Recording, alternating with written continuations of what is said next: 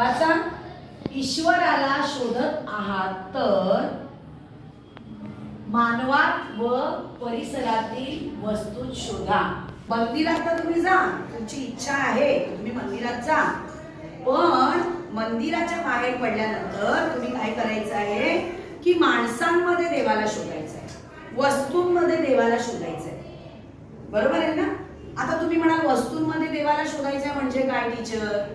तर तुम्ही पायात चप्पल घातली आहे, ओके, त्या चप्पलमुळे तुमच्या पायाला काटे लागतात का? नाही लागत. बरोबर आहे.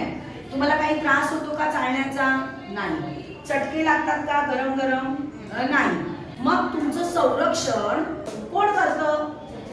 चप्पल करतं. मग चप्पल जर तुम्हाला मदत करते, पायातल्या चप्पलांना पण थँक्यू म्हणायला शिका. काय म्हणायला शिका? थँक्यू म्हणायला शिका. का? तर कारण तुम्हाला ते उन्हापासून, खड्यांपासून, काट्यांपासून वाचवतात. आपल्याला कोणी मदत केली तर आपण थँक्यू म्हणतो की नाही त्यांना? म्हणतो की नाही? सांगा बरं मला. आता समजा तुमची मम्मी किचन मध्ये काम करते, ओके, आणि ना मोठ्या टोपामध्ये ना गरम गरम अशी कढी आहे, तिला ती ढवळायची आहे. ती हात घालेल का डायरेक्ट? हात घातला तर काय होईल? हात भाजून जाईल. मग त्याच्यासाठी ती काय वापरते? चमचा वापरते. मग चमचा तिला काय करत असतो बाळांनो?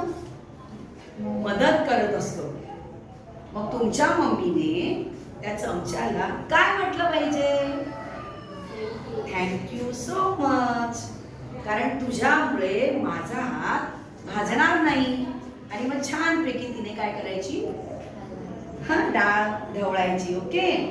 त्या टोपाला पण थँक्यू म्हटलं पाहिजे. का? तर तो टोप नसता तर आपल्याला जेवण कशात बनवता आलं असतं?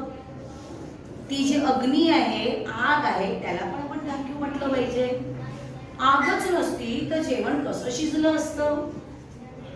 पाण्याचा माठ आहे ना, माठ, त्याला पण थँक्यू म्हटलं पाहिजे.